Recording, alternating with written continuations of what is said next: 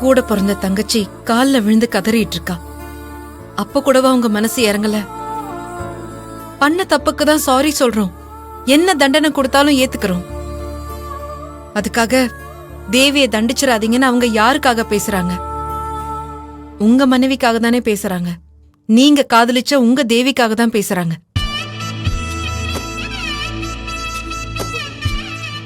இப்பவும் உங்க கோபம் குறையலனா என்ன தண்டனை வேணாலும் எனக்கு கொடுங்க, நான் ஏத்துக்கிறேன். ஆனா விக்னேஷ், இது எதுவுமே திட்டமிட்டு நடந்தது கிடையாது. அத முதல்ல புரிஞ்சுக்கோங்க.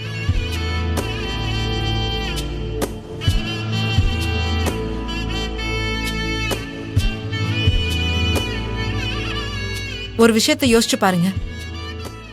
இதே மாதிரி நீங்க தேவியை காதலிச்சுட்டு கல்யாணம் பண்ணிக்கணும்னு வந்து நின்னப்போ இந்த கல்யாணத்துக்கு நாங்களோ இல்ல உங்க அம்மாவோ சம்மதம் தெரிவிக்காம இருந்திருந்தா நீங்க என்ன முடிவெடுத்திருப்பீங்க? நீங்களும் வீட்டுக்கு தெரியாம தான் கல்யாணம் பண்ணிருப்பீங்க. அததானே இவங்களும் பண்ணிருக்காங்க.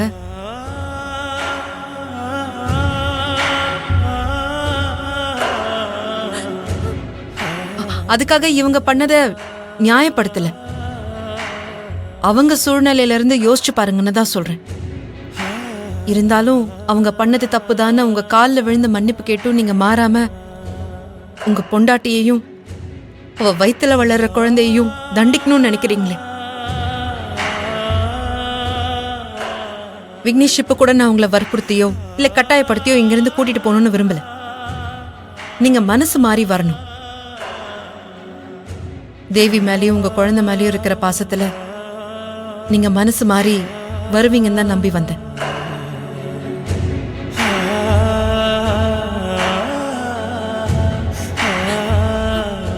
ஆனா எனக்கு முன்னாலேயே இவங்க 2 பேரும் வந்திருக்காங்க.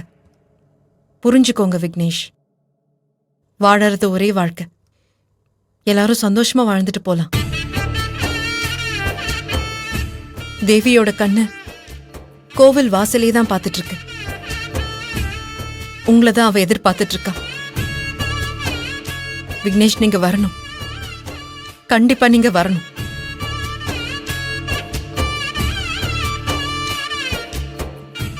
நீங்க வருவீங்கிற நம்பிக்கையோட தான் நான் இங்க இருந்து போறேன். இன்னும் ½ an hour தான் ஃபங்க்ஷன் ஸ்டார்ட் ஆயிடும். நீங்க தேவி மேல வச்சிருக்கிற காதல் உண்மைனா நீங்க வருவீங்க.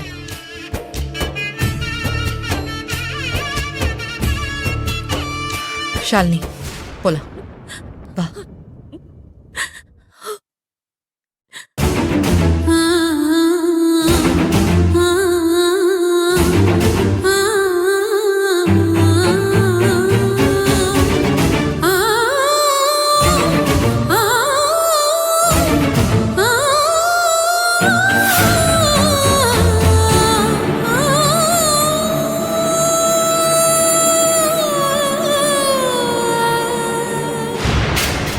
ஐயோ, இவன் வேற யோசிக்கிறானே, என்ன முடிவெடுப்பானே தெரியலையே. கடவுளே, இவன் அங்க போயிடக்கூடாது.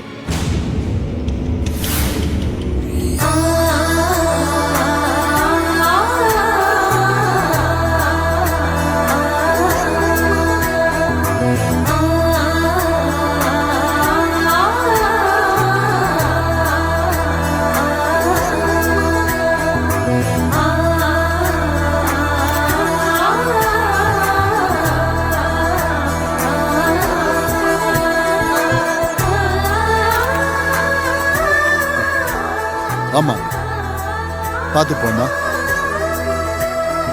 உட்காரு உட்காரு உட்காரு. பாத்து பாத்து.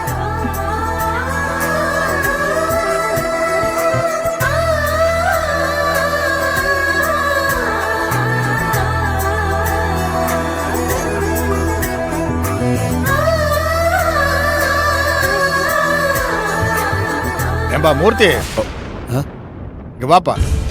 ஏன் இவர் கூப்பிடுறாரு? போங்க வர. சொல்லுங்க. ஒண்ணு வந்துருச்சு. மாப்பிள்ள எங்க? மாப்பிள்ள வந்துகிட்டே இருக்காரு. மாப்பிள்ள வந்துட்டு இருக்காரா? அப்ப இன்னும் வளைகாப்புக்கே வரலையா?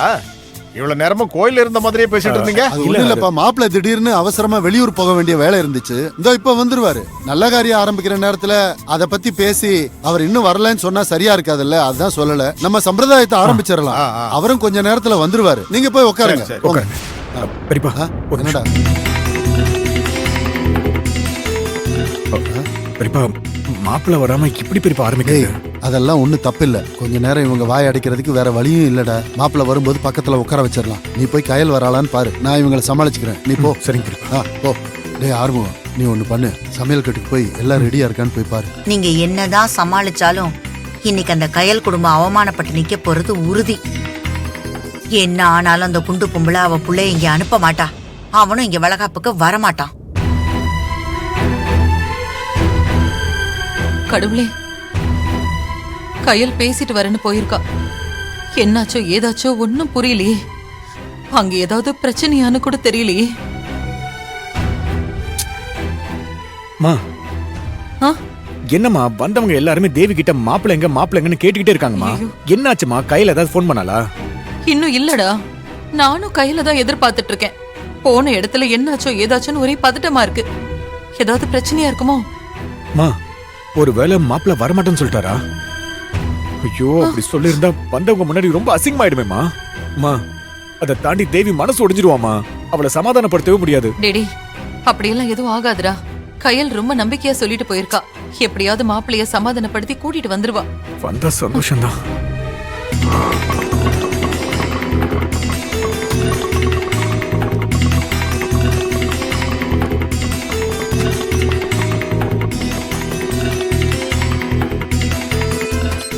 அன்பு, அங்க நடந்தது எதுவும் உள்ள சொல்ல வேண்டாம். சரிக்கா.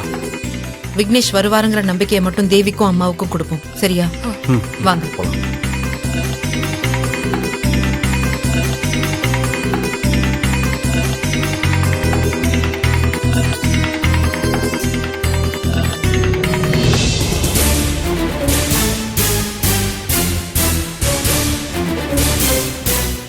டேடி, கையில் வந்துட்டாடா. கையல் கையல், என்னாச்சுமா? மாப்பிள்ளை என்ன சொன்னாரு?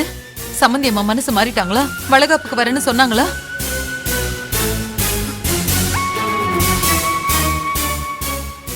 கையில அன்பும் ஷாலியும் எப்படி உன் கூட வந்தாங்க?